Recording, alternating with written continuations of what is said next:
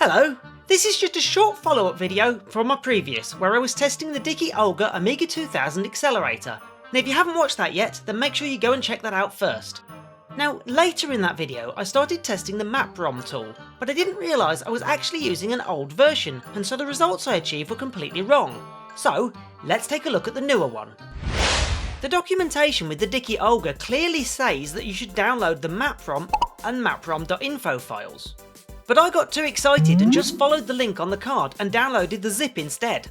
The version in the zip is the really old one, so now I've downloaded the correct files. Here I have my Amiga 2000 booted again, and I've copied over the new version of MapROM to the C folder. So first I'm going to run the status command.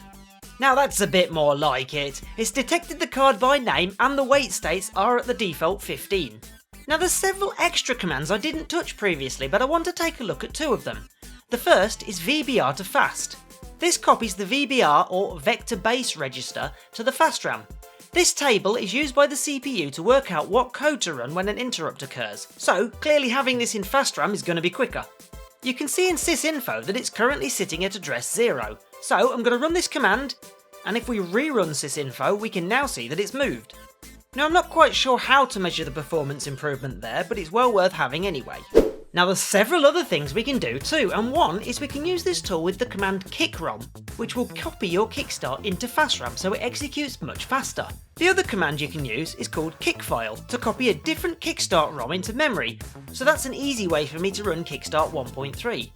Now it's important to note that these commands must be ran before the set patch or load module commands, otherwise the computer will refuse to boot until a power cycle.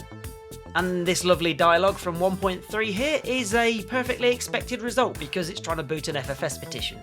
Now the other thing I want to have a look at is the wait state parameter. If you remember in the video, I ran the program and it reported it was already set to 1, whereas the documentation said it should have defaulted to 15. So let's play around with that and figure out what happens. Once again, I'll run sysinfo and we can get a benchmark of what the drive's current speed is. Now the documentation suggests that for some compact flash cards, it will even tolerate the wait state being as low as 1. So I'm going to decrease the wait state one state at a time and measure the performance difference until it stops working. And don't worry, I'm speeding this up because it's a little bit tedious. And here's the results. I had to stop at wait state of 2 as below that I was getting read errors from the drive. But look at that speed increase! Now that's well worth having, and I'm sad I missed this in the first video. That's around 7 to 8 times faster than the GVP card produced. This card is amazing! Now one thing worth doing at this point is to run something like the file system stress test for a while just to check that it's actually stable at this speed, as we don't want to find out later down the line that it's actually corrupting the disk. And I've massively sped this up, but it ran for ages and ages and ages and I didn't have any problems at all. And as you can see here, I've modified my startup sequence by adding 3 lines.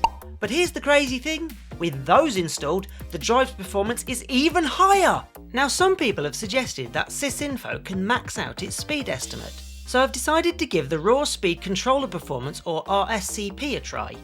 First I'll run it against the GVP device, and then I'm going to run it again the Dicke Olga. And then putting those results side by side we can clearly see the speed difference. When comparing this speed to sysinfo, you can see that this program is recording it at a much higher rate. I know some people have achieved faster speeds than this, and there are things that can affect this, from the type of storage used to overclocking the CPU. But as a baseline for me, this is excellent. So with the proper version of tools, this card is now even more incredible than I thought. The M.2 is now running over 7 times faster than my GVP card and 2.5 times faster than it did in my previous video. Now that's some performance boost. Anyway, I hope you found this little snippet useful, thanks for watching and I'll see you in the next one.